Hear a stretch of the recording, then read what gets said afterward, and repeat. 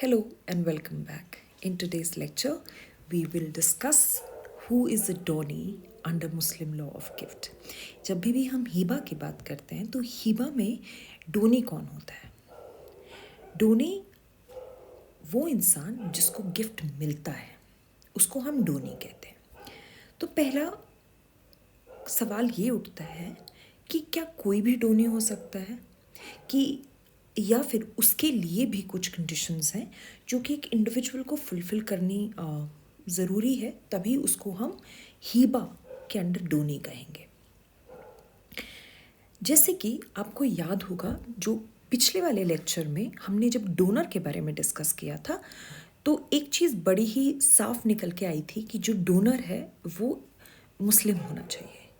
Non Muslim अगर है और वो बाकी कंडीशंस को फुलफ़िल कर देते हैं गिफ्ट की या हीबा की, तभी भी वो जो गिफ्ट है, वो जो ट्रांसफ़र है, वो हीबा नहीं कहलाएगा. पर जब हम बात डोनी की करते हैं तो डोनी कोई भी इंसान हो सकता है. वो मुस्लिम हो सकता है, वो हिंदू हो सकता है, वो क्रिश्चियन हो सकता है, वो कोई एथिस्ट हो सकता है, पारसी हो सकता है, कोई भी हो सकता है. तो as such religion doesn't matter in case of a donee. ठीक है. So let's look at the conditions that one donee has to fulfill in order to fit that criteria, or a person has to fulfill in order to fit that criteria of donee under the concept of hiba. Okay. So पहले if you see, donee can be Muslim, non-Muslim, here, non-here, minor, insane और अ juristic person. तो आप मुस्लिम भी हो सकते हैं, आप non Muslim भी हो सकते हैं. ठीक है. आप उनके हेयर भी हो सकते हैं, उनके उत्तराधिकारी भी हो सकते हैं, आप कंप्लीटली स्ट्रेंजर भी हो सकते हैं. ठीक है. तो एक इंसान चाहे तो वो कंप्लीटली स्ट्रेंजर को दे सकता है जिसके साथ उनका कोई रिलेशनशिप ना हो. चाहे तो वो अपने बच्चों को भी दे सकता है. ठीक है. माइनर को भी दे सकता है. आपको ये पता है, डोनर जो है, जो गिफ्ट देता है, वो माइनर नहीं हो सकता. ठीक है. पर जो लेने वाला है, जिसको आप गिफ्ट देना चाहते हो, वो माइनर हो सकता है, कोई प्रॉब्लम नहीं है. इंसेन, इसका मतलब अगर कोई इंसान, इसकी हमने कल बात भी की थी साउंड माइंड की, अगर कोई इंसान इंसेन है, उसको भी गिफ्ट दिया जा सकता है, वो भी डोनी हो सकता है. तो इसका मतलब आपकी मेंटल कंडीशन का कोई इम्पैक्ट नहीं होता है आपके डोनी होने पे. ठीक है. या फिर एक जुरिस्टिक पर्सन भी हो सकता है. जुरिस्टिक पर्सन कौन होता है? देखिए, जुरिस्टिक पर्सन नॉन ह्यूमन जो पर्सन होता है उसको कहते हैं. इसका मतलब ये नेचुरल पर्सन नहीं होते, या फिर दूसरी भाषा में नेचुरल पर्सन को, जिसको हम कहते हैं फिजिकल पर्सन, नहीं होते. They are created by law और they are recognised by law. ठीक है. तो ऐसी एंटिटीज जिसको लॉ से रिकग्निशन मिलते हैं, and they have similar rights and duties like a natural person. जैसे कि फॉर एग्जांपल कॉरपोरेशंस हो गए. ठीक है. या फिर आपकी यूनिवर्सिटीज़ हो गई. ठीक है. तो ये कोई नेचुरल पर्सन नहीं है. ठीक है.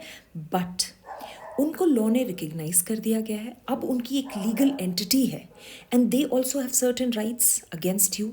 दे also have certain duties towards you. Okay. So they are creation of law. They have been created and recognised by law. उनको हम बोलते हैं जुरिस्टिक पर्सन. तो अगर कोई इंसान चाहे, कोई मुस्लिम चाहे, तो वो गिफ्ट में अपनी प्रॉपर्टी किसी जुरिस्टिक पर्सन को भी दे सकता है. फॉर एग्जाम्पल, वो चाहे तो किसी मॉस्क को भी दे सकता है, वो चाहे किसी स्कूल को प्रॉपर्टी दे सकता है, वो चाहे किसी यूनिवर्सिटी को दे सकता है, वो चाहे तो किसी कॉरपोरेशन को दे सकता है. तो नेचुरल पर्सन और जुरिस्टिक पर्सन दोनों को प्रॉपर्टी दी जा सकती है. ठीक है. तो अगर आप देखेंगे ना, तो ना कोई आपका रिलीजन का कोई रूल है, ना ये भी मैटर नहीं करते कि आप उस इंसान के हेयर्स हैं. ठीक है.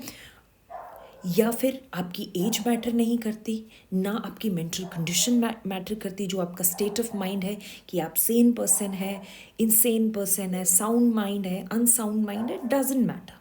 ठीक है. सो डोनी कोई भी हो सकता है.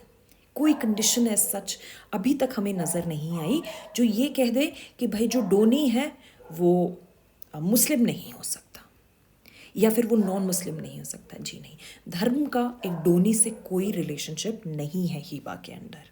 ठीक है, देखिए, तो ऊपर जो हमने वर्ड्स पढ़े हैं, अब उसी का नीचे जो है इंटरप्रिटेशन एक तरीके से लिखा है कि सेक्स, कि आप मेल है कि फीमेल है, कोई मैटर नहीं करता। आपकी एज क्या है, क्या आप 10 साल के बच्चे हैं या आप 50 साल के हैं।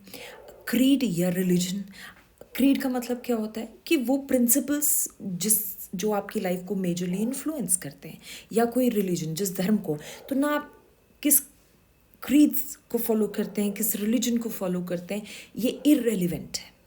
आपका स्टेट ऑफ माइंड, जो ऊपर हमने बात की इंसेनिटी की, या आप साउंड माइंड हो, इररेलेवेंट है। ठीक है, तो इनसे कोई फर्क नहीं पड़ता। तो ये सब कोई बार नहीं है to the taking of gift. ठीक है, they do not form any limitations, इतना ध्यान रखिएगा। नेक्स्ट, बस एक इम्पॉर्टेंट कंडीशन है जो आपको ध्यान रखनी है जब भी बात डोनी की आएगी हिबा के अंदर या मुस्लिम लॉ ऑफ गिफ्ट के अंदर, जब भी डोनी का जिक्र होगा, ये चीज़ आपको ज़रूर याद रखनी है, that donee must be in existence. ये बहुत ज़्यादा ज़रूरी है कि जो डोनी है, जिस वक्त वो गिफ्ट अनाउंस किया गया है, डिक्लेयर किया गया है, उस वक्त डोनी जो है वो एक लिविंग पर्सन है, वो जिंदा है। ठीक है, वो एग्जिस्टेंस में है at the time of making of gift. तो जिस वक्त गिफ्ट डिक्लेयर किया जा रहा है, उस टाइम डोनी का एग्जिस्टेंस में होना, इसका मतलब लिविंग होना, लिविंग पर्सन होना बहुत ज़रूरी है। अगर ऐसा नहीं है तो वो गिफ्ट क्या होगा, वो वॉइड हो जाएगा। अगर आपने बाकी कंडीशंस भी फुलफिल कर दी और ये कंडीशन आपने फुलफिल नहीं की, तो वो जो गिफ्ट है वो वॉइड हो जाएगा। ठीक है, देखिए, तो गिफ्ट टू अनबोर्न पर्सन और डेड पर्सन इज वॉइड। जो इंसान अभी तक पैदा ही नहीं हुआ है, या फिर जो इंसान गुजर गया है, जो अब नहीं है, ऐसे इंसान के नाम पे आप गिफ्ट अगर बनाते हैं तो वो गिफ्ट क्लियरली वॉइड हो जाएगा। ठीक है, क्योंकि आप डिलीवरी ऑफ पोजेशन किसे देंगे, कौन लेगा इनके बिहाफ पे डिलीवरी ऑफ पोजेशन।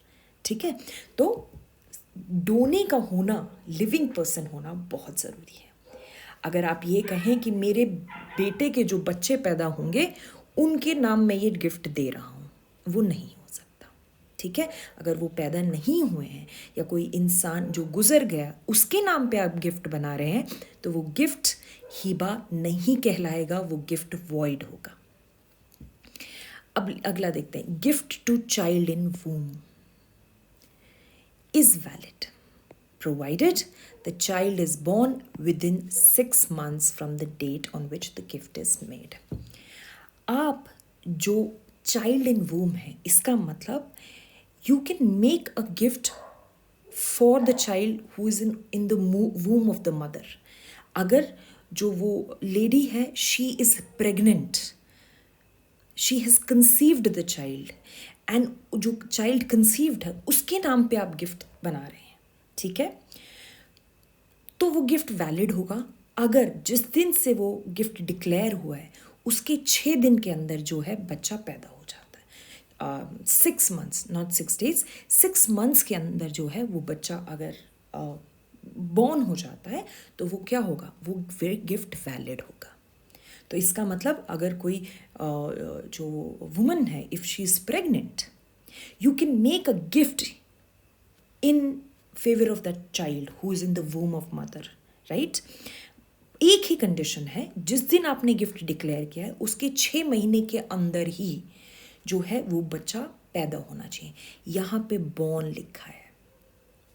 बॉर्न का मतलब जो वो बच्चा पैदा हुआ है वो अलाइव होना चाहिए, वो जिंदा होना चाहिए।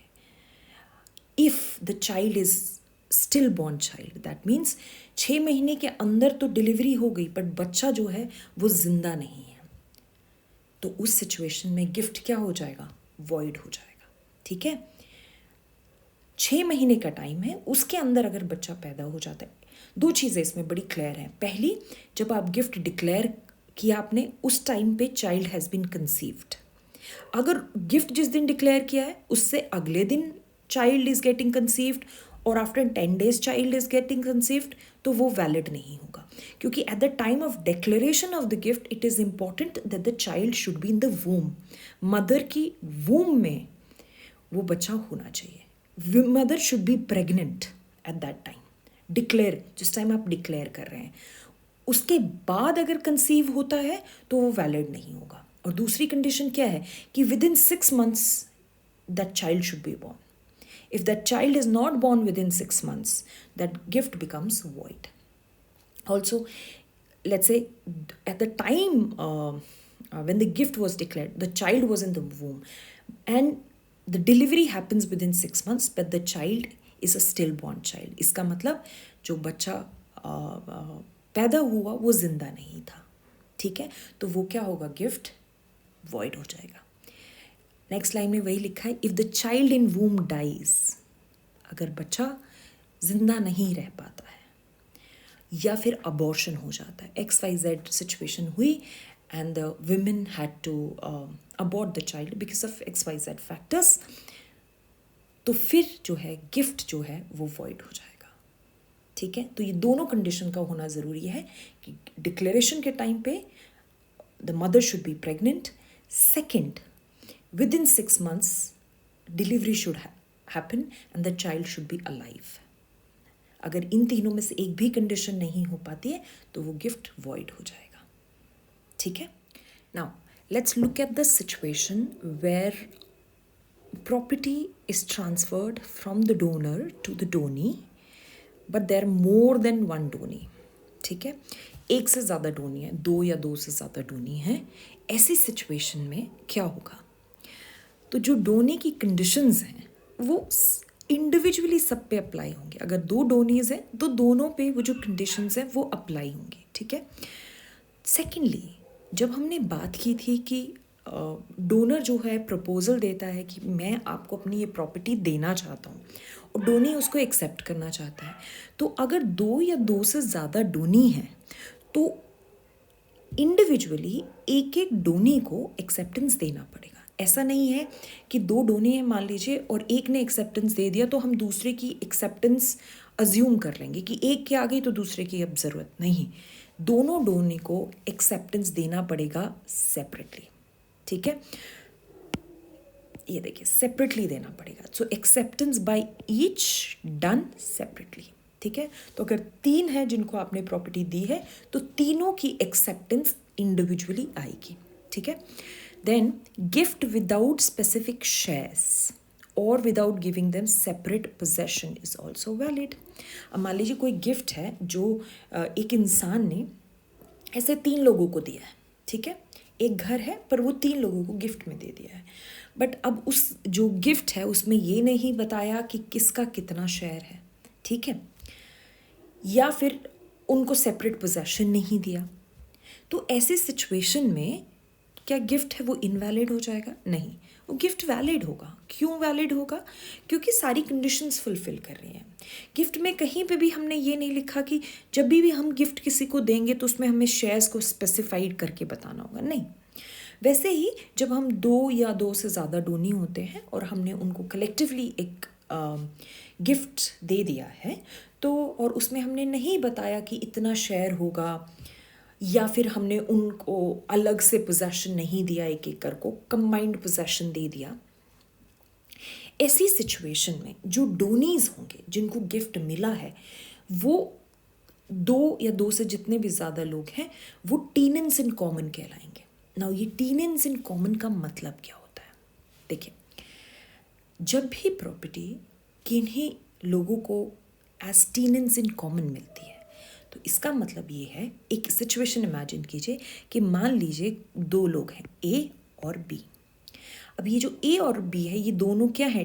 टेनेंट्स इन कॉमन है। इसका मतलब इनका चाहे जो भी शेयर हो प्रॉपर्टी में, ठीक है, अगर कल को इनमें से किसी की डेथ हो जाती है तो अगर मान लीजिए A की डेथ हो जाती है तो A की जगह कौन इनहेरिट करेगा? इसके लीगल जो हेयर्स हैं वो इनहेरिट करेंगे उसको, ठीक है। अगर हम बोलते हैं कि जॉइंट टेनेंसी है, जॉइंट टेनेंसी है, अब इस जॉइंट टेनेंसी का मतलब क्या होता है? अब इसी सिचुएशन को इमेजिन करते हैं कि ए और बी हैं, दोनों जॉइंट टेनेंट्स थे। अगर ए की डेथ हो जाती है मान लीजिए, तो जो ए का शेयर है, जो हिस्सा होगा ए का, वो किसको चला जाएगा? बी को चला जाएगा। ठीक है, वो ए के हेयर्स को नहीं जाएगा। ठीक है, तो ए के जो हेयर्स होंगे उनको हिस्सा नहीं मिलेगा। किसको मिल जाएगा? बी को मिल जाएगा। ये जो पासिंग है ए के राइट को बी पे ऑन कि अगर ए की डेथ हो जाती है तो उसका जो राइट है, जो शेयर, वो बी को ट्रांसफर हो जाते हैं। इसको बोलते हैं राइट ऑफ सर्वाइवरशिप। कि भाई उस टीनेंस में जितने भी लोग थे जिनका हिस्सा था, अगर एक की डेथ हो जाती है तो जो उसका हिस्सा था, वो जितने भी उसको सरवाइव कर रहे हैं लोग, ठीक है, उनको पास हो जाता है। तो ए का हिस्सा बी को पास हो जाता है। ये किस में होता है? ये जॉइंट टेनेंसी में होता है। टेनेंस इन कॉमन में क्या होता है कि अगर मान लीजिए ये दो है, ए है और बी है, अगर ए की डेथ हो जाती है तो ए का हिस्सा जो है वो बी को नहीं जाएगा। वो किसको जाएगा? वो ए के हेयर्स को जाएगा, ए के बेटा बेटी को जाएगा, ए की वाइफ को जाएगा, इन लोगों को जाएगा, बी को नहीं जाएगा। तो वही हमने गिफ्ट में बताया कि अगर गिफ्ट है और उसमें दो से ज़्यादा डोनी है तो इसका मतलब वो टेनेंट्स इन कॉमन की तरह प्रॉपर्टी को इनहेरिट करेंगे। मतलब सॉरी टू से द वर्ड इनहेरिट, बट वो टेनेंट्स इन कॉमन में उस प्रॉपर्टी को होल्ड करेंगे कि कल को अगर उनमें से किसी की भी डेथ हो जाती है तो फिर उनके जो हेयर्स हैं उनका राइट होगा उनके शेयर पे, ना कि जो दूसरा इंसान था जिसके साथ उनको गिफ्ट मिला था उसका होगा। ठीक है, तो अगर इसमें हम एक छोटा सा एग्जाम्पल लेके इसको समझे तो फिर वो क्या होगा? एक मिनट, इसको ज़रा देखिए। अगर ये देखिए यहाँ पे अब मान लीजिए एक प्रॉपर्टी एक्स ने एक अपनी प्रॉपर्टी ए और बी को दी। ठीक है, ए और बी को प्रॉपर्टी दे दी। अब ये गिफ्ट है और ये हिबा है।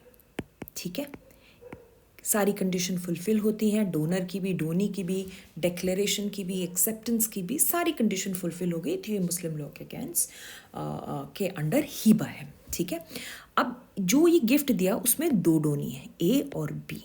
ठीक है, अब मान लीजिए जो ए और बी को दिया गया वो एक घर दिया गया था गिफ्ट में। ठीक है, ये घर दिया गया था, दोनों को मिल गया, डिलीवरी भी हो गई गिफ्ट की, अब दोनों के पास वो घर है।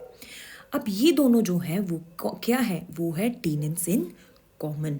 इसका मतलब अब क्या हुआ, जब गिफ्ट हो गया, डिलीवरी हो गया, सब कुछ हो गई, ए की किसी वजह से डेथ हो जाती है। ठीक है, तो क्या बी पूरे घर को क्लेम कर सकता है कि अब ए नहीं रहा तो ये जो प्रॉपर्टी है जो गिफ्ट में हम दोनों को मिली थी, ये घर अब मेरा है? नहीं। किसका होगा? जो ए के हेयर्स है, जो ए का बेटा होगा या बेटी होगी या वाइफ होंगी या फादर होंगे या मदर होंगी, जो भी, उनको ये प्रॉपर्टी मिल जाएगी। ठीक है, तो इसका मतलब होता है टेनेंट्स इन कॉमन।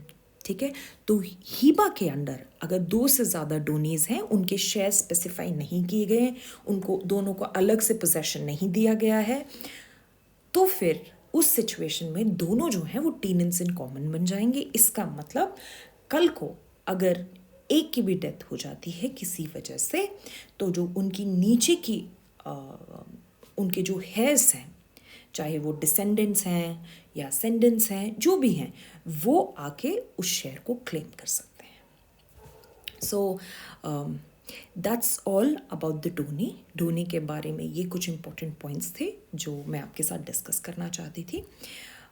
अगर आपको ये लेक्चर पसंद आया है तो please like it, please share it, and please subscribe it. I will see you in the next class. Thank you and take care.